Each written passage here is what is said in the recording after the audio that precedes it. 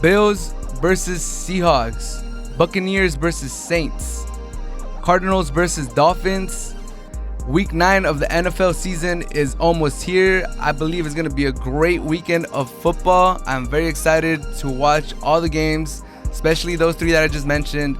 In the Premier League, Manchester City versus Liverpool, Manchester United versus Everton, Leicester versus Wolves is shaping up to be another great weekend of soccer in the Premier League. I am so excited for this weekend full of football and soccer, or football, whatever you want to call it. My name is Ismael San Juan. This is Hard to Handle Sports, episode number 14. I am so happy to be here. Let's get started. In the NFL, Seahawks versus Buffalo Bills. The Seahawks come at 6-1. The Bills come at 6-2.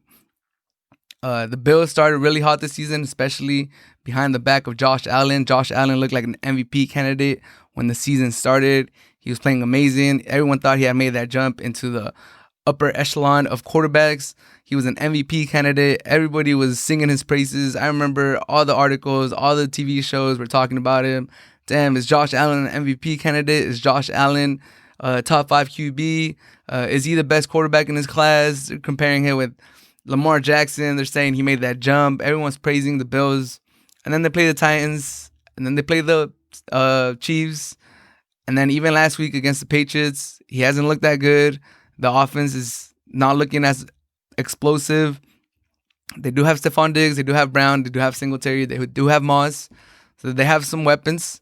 But Josh Allen just needs to get focused again, basically. I think he's been a little lazy with his mechanics. Everyone was praising how he worked on his fundamentals over the season. I remember watching the first 2 or 3 games.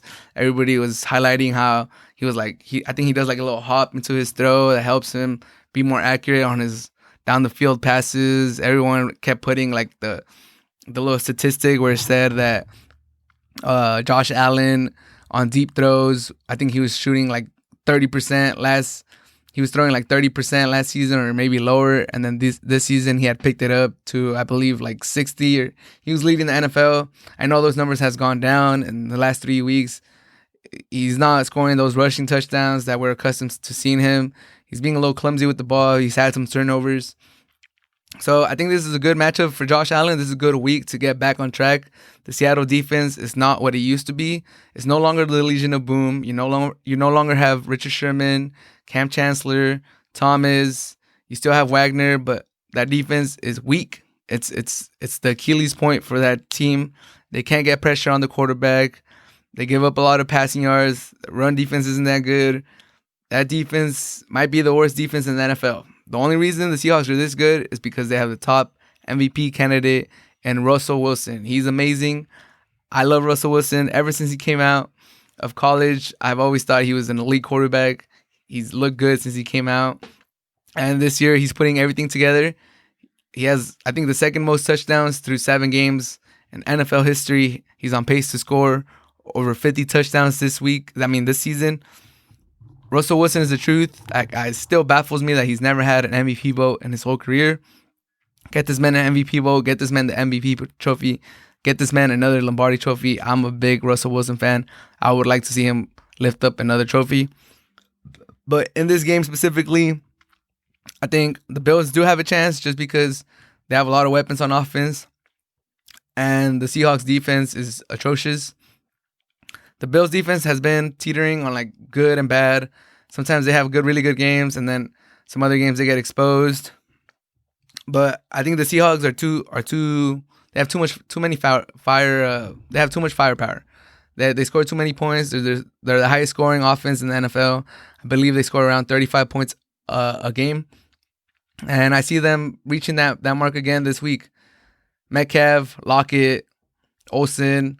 They're going to be without Carson this weekend, but honestly, Russell Wilson can make it work with any wide receiver. He has a lot of weapons. Now you see his weapons, and you're like, whoa, Metcalf, Lockett. You look across the board. Moore, I think, is one of their wide receivers, and you're like, all right, this is a nice wide receiver corps. But the start of his career, they never really got him weapons, and he still made it work. Baldwin, shout out to Baldwin. He was a good wide receiver, but they had Tate. They had some good smaller wide receivers when they won the Super Bowl. Curse. But he never had like a real number one, kind of like DK Metcalf, and he just opens up the rest of the field. Locke is the most underrated wide receiver in the NFL. So I think the Seahawks are going to come out victorious. It's going to be a high-scoring game for sure. Like I said, the Seahawks defense is never going to... It seems like the Seahawks could never get a comfortable win. It's always a shootout. It's always towards the last seconds, towards the last minutes of the fourth quarter. But they have Russell Wilson, one of the most clutch quarterbacks ever in the NFL right now for sure, but even ever. If Russell Wilson has the ball at the end of the game, I feel very confident that he's going to pull the game out. He wasn't able to do it against the Cardinals a couple weeks back, but that's another story. He's not perfect, but I do think they have enough to beat the Bills this weekend. I think it's going to be a high-scoring game. I think it's going to go into the 30s. I see the Seahawks putting 35-plus on the Bills. So if I were to put a number to it, I say the Seahawks put 36, and the Bills, just because Josh Allen is going to get back into the rhythm for my sake too, because I have him in 2 fantasy football leagues. I think he's going to get back on track. He's going to have 3 or 4 touchdowns. So I say it's 36-28, Seahawks win. It is in Buffalo, so I know they're going to miss their fans. I know if Bills Mafia was there, they would have a better chance. But unfortunately, I believe no fans are going to be in attendance, so that's really going to hurt them. I know they would appreciate having their fans to help them beat the Seahawks. But it is what it is. Seahawks 36, Bills 28 is my prediction for that game. The second game that really caught my attention was the Miami Dolphins against the Arizona Cardinals. The Cardinals were the team that beat the Seahawks, gave them their only loss of this season. And the Dolphins, they've looked pretty good. Brian Flores has done a great job with that team. After last season, when they started, I believe, 0-5, they really turned it around. Since that 0-5 season, they've been over 500. They've been a competitive team. Brian Flores looks like he's the coach for the future. Like, he's going to be there for a long time. He looks like his program is working. It was working pretty good with Ryan Fitzpatrick, and then they decided to make the move for Tua. I think he went 5th overall in the NFL season, and we've seen what the other rookie quarterbacks have done across the league. Burrow and Herbert have looked amazing. They look like cornerstones for their respective franchise. They look like they're going to be in the league for 15, 20 years, and they're going to be stars in the NFL. And I know the Dolphins wanted to find out what they had in Tua. There's some rumors going around right now that because the Dolphins have the Texans pick, because the Texans are so bad this year, that pick is projected to be within the 2 to 5 range. So if they're there in next year's draft, they could potentially take another quarterback, and Tua will just be there for this season, and they'll ship him out. They'll trade him, kind of how like the Arizona Cardinals made way for Kyle Murray. I could see that. I see where people are coming from. Just because it happened for the Arizona Cardinals, I don't think it's going to happen for the Dolphins. With the Arizona Cardinals, it was a different head coach that drafted the previous quarterback, and then their new head coach came in, and he brought in a whole spread offense that was more catered towards a running quarterback that could like keep the defense guessing on these RPOs and stuff like that. So it made sense for him to move on from the previous quarterback and just give the key draft Kyle Murray and, you know, be able to implement his offense as best as he could, as he wanted to. So that makes sense. On the other hand, Brian Flores has been there. He's not going to get fired. I can guarantee that he's not going to get fired going into next season. The Dolphins have found their head coach for the future. He's going to be there next season, and he was there when they made the decision to pick Tua. And unless Tua just thinks it up super bad, even if he's average, they're going to keep him. He had a lot of potential. He got hurt. He's coming back from a hip injury. They're going to be patient with him, I believe. And I don't see the similarity in the two scenarios, the Arizona Cardinals and the Dolphins. But so it's funny that those are the two comparisons that are being compared at this week when they play each other. And it worked out for the Cardinals. Kyle Murray is definitely a good quarterback. Is someone you could build the franchise around. He has looked really, really good in his first 2 seasons. He won Rookie of the Year last year. People were flirting with the idea that he was an MVP candidate at the beginning of the season. I think he still has time to make a case for MVP if he's able to get some wins under his belt, and if he steals the division from the Seahawks, he would definitely push his name right up there in the MVP candidates. I don't think they will win the division. I do think I predict them to be in the hunt to get a playoff spot before the season. But now that the season's playing out, we see what teams are made of. We see what they're doing. We see what they're capable of. I do think the Cardinals are going to be one of the teams that get a wild card spot. I think that division is going to get 3 playoff spots, if not 4, probably 4. But the Niners have so many injuries that they're done. They have no hope. I don't like Garoppolo that much, but he's hurt, and their backup quarterbacks are not talented whatsoever. And they lost Kittle for basically the rest of the season. If they make a playoff push, he might come back.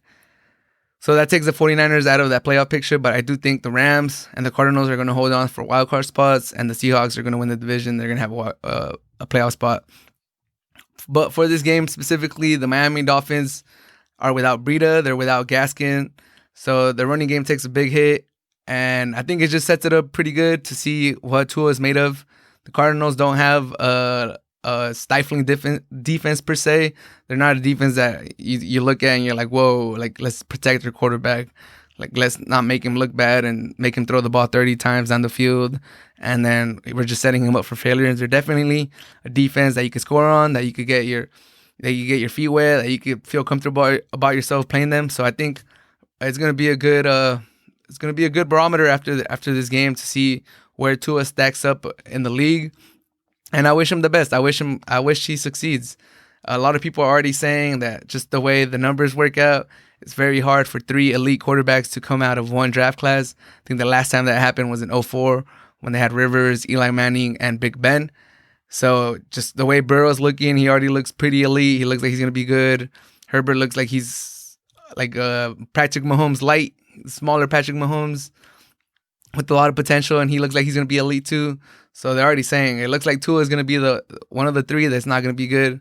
But I like the kid. He looks like he's humble. When he got his first playing time against the Jets, he came back into the field. He sat on the field. He took everything in. I think that was awesome to see. So I do wish him the best. I do think he's going to have. I hope he has a good game.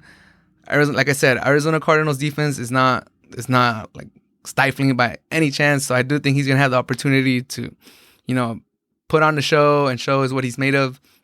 But I think the Cardinals just have a little bit better offensive power. I think Kyle Murray's in his second year. He knows how to control pace. He knows how to make plays. He knows how to get first downs and keep drives going. And DeAndre Hopkins is balling out right now. And they have old Mr. Reliable Fitzgerald. So I just think they're gonna be able to get this W. If I were to put a score on it, I think it's gonna be in the 20s, maybe like 28-21, 28-20. Cardinals is my prediction. But I just think it's gonna be a real fun game. I'm definitely gonna be checking in on it this weekend just because 2 quarterbacks that are fun, and it just makes for a good matchup. It makes for entertaining football in my eyes, and they're both short. They're both shorter quarterbacks. They're smaller build. They're good. I believe they're gonna be running around. Tua is a lefty quarterback. You don't see that too often. I just think it's gonna be a really fun game. So if you don't have a team or you have time when they're playing, I think that's a game. That's a good game to check it out. Dolphins versus Cardinals. Cardinals are gonna win 28-20. It's my prediction. The last game I wanted to talk about for this weekend is the Sunday night football game. This game. I'm super excited. Saints versus Buccaneers on Sunday Night Football. Saints come in at 5-2. Buccaneers come in at 6-2. For all the criticism that the Saints got at the beginning of the season when they looked like they were struggling, they lost to the Raiders. They lost to the Las Vegas Raiders, and then they were struggling. They lost to the Packers, and then they beat the Lions. They beat the Chargers, and now they beat the Panthers. They haven't been like the sexiest of victories. They beat the Bears too, but they've gotten the victories. Drew Brees was getting a lot of hate. He's still getting a lot of hate sometimes for checking the ball down too much, for not throwing the ball down the field. But this week, I think they just said that Michael Thomas is going to be coming back. His favorite wide receiver, the best wide receiver from last season. He had an elite season. He was by far the best wide receiver last year. He was breaking records, catching everything thrown his way. And for the Buccaneers, they get Antonio Brown. I think they get Godwin back. They have Evans. They have Gronkowski. They have Brady. It's going to be a great Sunday night football game. This is probably one of the most hyped up Sunday night football games I've been for. It's going to be a great game. The Saints, I feel like if they didn't have Michael Thomas, they wouldn't have a chance, just because the Buccaneers have too many weapons, too many wide receivers that Brady could just pick that defense apart. But because they have Michael Thomas, they have somewhat of a chance. They could keep up with them. But the Buccaneers defense, I think it's too good. It's better than the Saints defense. And Brady's on fire right now. Brady's been killing it these last 4 weeks. He looks like the 2007 Brady. He looks like he's totally under control. He's getting comfortable with his offense. Antonio Brown, a lot of people say he hasn't played that much in the last two and a half years. But he's Antonio Brown. He was the best wide receiver in the NFL. Last time he played a full season, he was the best wide receiver in the NFL.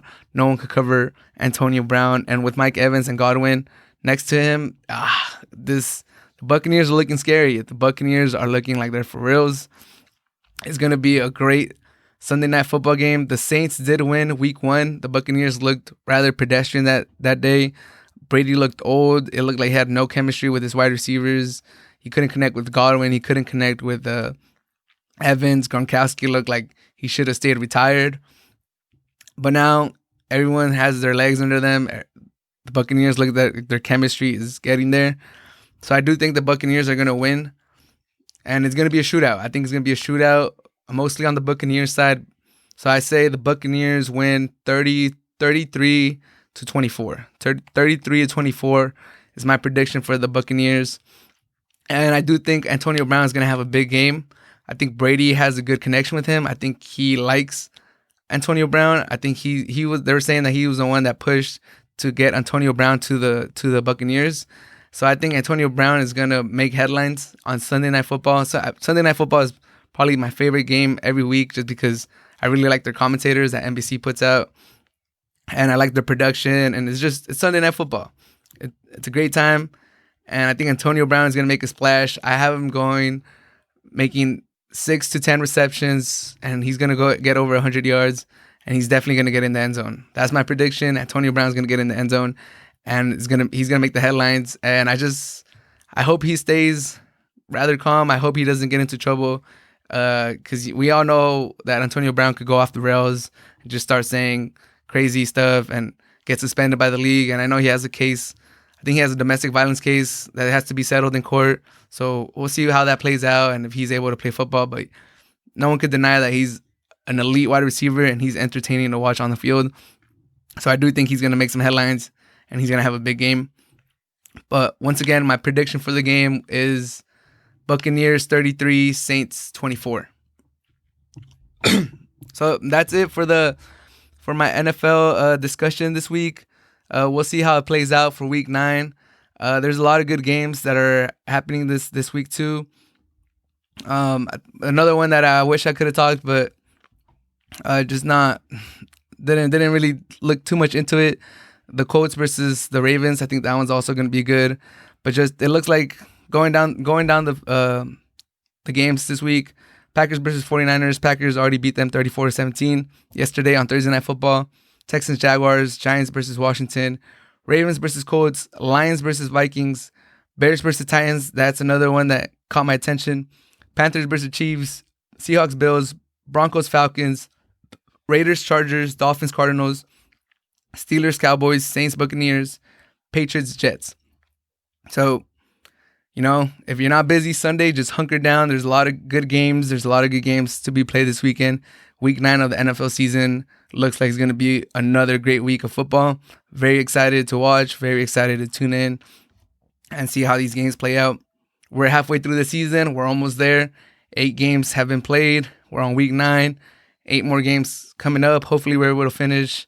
COVID has the season teetering, but I'm positive, and I hope the season is able to conclude, and we have some good playoff games and a nice Super Bowl. But yeah, that was week 9 of the NFL football season. My predictions for some games. I wanted to also touch on match day 8 for the Premier League season. It's coming up. We have match day 8. Let me just quickly go through the matchups this week. Brighton versus Burnley, Southampton versus Newcastle, Everton versus Man United, Crystal Palace versus Leeds, Chelsea versus Sheffield, West Ham versus Fulham, West Brom versus Tottenham, Leicester versus Wolves, Man City versus Liverpool, and Arsenal versus Aston Villa. So these are the matchups for match day 8. There's 3 that really catch my attention: Everton versus Man United, Leicester versus Wolves, and the main one, Manchester City versus Liverpool. Let me start off with Everton versus Manchester United. Everton started the season super hot. Everybody was on that Everton bandwagon. Everybody was praising James. Everybody was praising Ancelotti. They were on fire. They took the league by storm at the beginning of the season. They looked unstoppable. And then injury hit. They lost players. They don't have that deep of a squad. And they've struggled these last 2 weeks. Last 3 weeks, I think they have a tie and a loss after the latest international break. So they're definitely on the downside of their season right now. Hopefully they could turn it around. I really like watching Everton. I think they have a fun team. And on the other side, they have Manchester United, a team that's underperforming heavily. I think Ole should get fired. I've been saying that for a while now. I don't believe in his tactics. I don't believe in him as a manager. I think he's not the man for the job. And I think they're going to struggle against Everton. I think Everton's getting a lot of their key players back. James is supposed to come back. And Richarlison, I believe, is supposed to come back. And that's really going to give them a lot of firepower going forward. The Manchester United defense has not looked good the whole season. They have some games or some sections of a game where they look really stout, where they look solid, where Maguire looks like a good center back. And then they just shit the bed for a half or the whole game or the next following game. And you're like, okay, there they are. That weak defense rears its ugly head again. So Manchester United started ugly, got killed by Tottenham, and then they strung some wins against PSG, and everyone thought they were, turning the season around. And I think last week they lost against Arsenal 1-0, and then in Champions League this week they lost against RB Leipzig. Oh no, they beat RB and then beat PSG, and then they lost to Istanbul Basaksehir. I don't even know how to say their name, but they lost in Champions League this week, in the middle of the week. I believe it was Wednesday. And I think Ole should be, I don't know what the Manchester United board is doing, but I believe he should be on the hot seat. He's had more than enough time. He hasn't made the tough decisions. I think Pogba should not be playing anymore. He should be on the bench, sitting down and thinking about the effort he puts into games. And if he really wants to be at Manchester United, and if he doesn't, then he should request a transfer and go somewhere else, because I don't think he's getting it done. He's getting it done at Manchester United. I think he plays lazy. I think it shows in his game. It shows in his challenges. He gave a PK earlier in the season. I forgot what team it was, but it was a lazy slide. And then last week against Arsenal, lazy challenge. Instead of just marking the player, dropping back and getting your position back, he sticks his leg out super lazily, clips an Arsenal player, and they lose. I've just kind of lost faith on Pogba, and it's crazy because I remember there was a time where everybody was putting a bid in for him. Everybody wanted to have him on his team. As a Real Madrid fan, I know I wanted him. All the Barcelona fans that I know wanted him. Manchester City, everybody was putting on a bid for Pogba, and now he looks like a washed good. He looks like he's not the player that he is no more. And I think they're going to struggle against Everton. I have Everton winning 2-0 against Manchester United and really putting the heat on Ole's seat. And I think if Manchester United wants to move forward, wants to move on, they should fire him, and I think they should go for Pochettino. They should go get him. I rate him as a coach. I know he struggled with Tottenham his last season. He got fired, but he got them to a Champions League final, and they had never been there before. And I think they played pretty good soccer with him, and I could at least see some tactics with Pochettino. I don't really see what Ole plays for. And I just think Manchester United is going to struggle against Everton. James is coming back. Richarlison's coming back. And I think they have a way better head coach. Ancelotti is definitely a better coach than Ole. So I have Everton getting back in form, getting back on the winning column. And I have United just teetering again and dropping points again and putting a lot of pressure on the board to do something, because I know Manchester United fans are not happy. And Manchester United fans, they're everywhere. Anywhere you go, they're going to be there. And they're demanding. And they've had a really rough time these last few years since Sir Alex retired. And they just want, I know they're desperate to just be back amongst the top teams in England and be amongst, the greats of Europe. And right now it looks like they're very, very far from that. And I just don't think Ole is the coach. And the next step is to fire him. So I'm picking Everton because I think they're a better team. And I think Ancelotti is a better coach. But I'm also picking them because I kind of just want this era of Manchester United to be done. And that's another step closer for that to happen. So Everton 2, Manchester United 0 is my prediction for that game. 2 more games I wanted to talk about. Wolves versus Leicester. Wolves versus Leicester is the next game I want to talk about. Wolves come in. I think this is the best start to an EPL season ever. They've played some very slow games, some very hard to watch games. If you've been a Wolves fan like myself and you watched them the last 2 seasons, they've been a very entertaining side. They play that counter-attacking football, just running down the flanks. Traore, Jota, or somebody Neto crossing to Raul Jimenez. Really, really fun soccer to see. I know it attracted a lot of neutrals. It attracted a lot of casual EPL fans or any fans from other teams that were just trying to watch some good EPL games. Wolves were that team that caught everyone's attention, and everyone kind of liked the Wolves and how they played. But this season, they're trying to transition, I guess, into a more possession style of football. And it's been kind of ugly. I'm not gonna lie. It's been an ugly transition. They haven't scored that many goals. Their soccer looks rigid and it looks kind of boring. But they've been able to get some wins. And then last week they played a little better. They played Crystal Palace and they actually scored in the first half. They hadn't scored in the first half in I don't know how long, but they're a second half scoring team and they scored in the first half. They took a 2-0 lead and they were able to keep it. So as a Wolves fan, I do think they have what it takes to beat Leicester. I think if they expose them down the middle, if they let Neves pick out long balls to Neto or Podence, and I think Adama Traore, he's had a rough start to the season. Maybe not rough, but not the start that Wolves fans were hoping for. Everyone thought he's gonna make the next jump. He's been progressing his game the last few seasons, and everyone thought he's gonna make another jump this season. And he's had trouble starting games. He's had trouble coming from the bench and making an impact. But I think this is a week where Adama Traore is going to find some space and he's going to make a big contribution. I think Leicester is going to beat... I don't think it's going to be a high-scoring game because they both have pretty good defenses. And I think it's going to be a 2-1 victory for Wolves. And I do think Vardy is going to get his goal. Vardy is one of my favorite forwards in the Premier League. It's going to be great to see Vardy and Jimenez both be on the field. You could say they're like underrated. They don't have the biggest names. Jimenez is getting there. Vardy, everyone knows what Vardy does. But they're not like an Aguero. They're not like a Kane where everyone just knows them and thinks of them as world class. They're like in that lower tier, if you would say, under them. But they're both amazing forwards. They're both really great strikers, and they're both other teams, run their whole attacking front three revolves around them.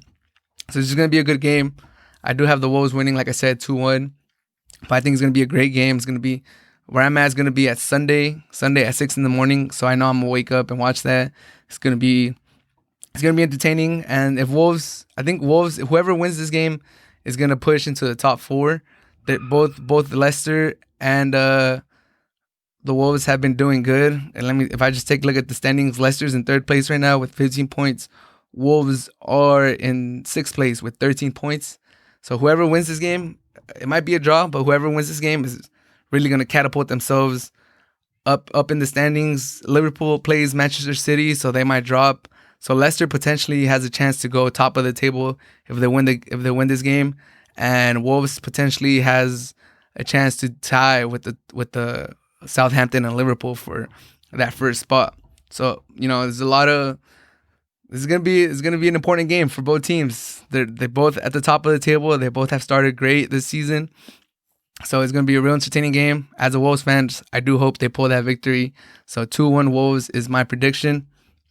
And finally, the most entertaining, the most hyped up game for this season, the most hyped up game this weekend. Everyone wants to see this. Everyone thought they were going to be the two leading horses. Liverpool versus Manchester City. Liverpool versus Manchester City. City has been struggling, and Liverpool, after their injuries, Van Dijk's out for the season. Everyone thought that was going to hurt their chances for the Premier League. Everyone thought, they're not going to be able to keep up with the rest of the teams. But lo and behold, Jota's playing amazing. As a Wolves fans, I miss him. I miss you, Jota. Please come back. No, but really, he's not going to come back. He's gone. And Liverpool are really enjoying his football. Jota's really enjoying his football. Salah and Mane look good. That defense is picking it up. They're starting to get clean sheets. Liverpool, I feel like both of these teams are going in different directions. City's still struggling. City's still trying to get its legs under it. They're trying to find a rhythm, and it looks like now Liverpool has found its rhythm. It looks like they're firing. They're starting to fire on all cylinders. It's starting to look like the Liverpool from the previous 2 years. So I think this is more of a crucial game for City. If City loses this game, they're gonna fall way behind. They're at 11 points right now. They're 10th place. Liverpool has 16. Man City does have a game at hand, so they do have a chance to catch up. But Man City has dropped points against some bad teams, and if Liverpool beats them, I don't know if they have it in them to come back. I think it's going to be a Liverpool and Everton or Chelsea race. And Man City they haven't looked good. I watched their games and I see them play, and they just don't look like the Man City that we've been accustomed to seeing since Pep's been there.